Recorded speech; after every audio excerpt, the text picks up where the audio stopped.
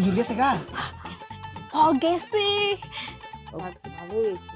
ওই হুজুরটা বাসায় থাকলে আমরা কোনোভাবে তোর কাছে আসতে পারিনি। গেছে কি এখন আয় পড়বো নাকি পরে আইবো?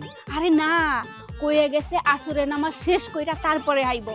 হাতে আমাকে অনেক সময় আছে, আজকে মন ভইরা টিকটক বানামো। তাইলে আজকে অনেকগুলো বানাতে পারবো। তাহলে চল চল চল আমি চল। আরে এমনি কি যাওয়া যাইবো? বোরকা পইরা যাইতে হইব।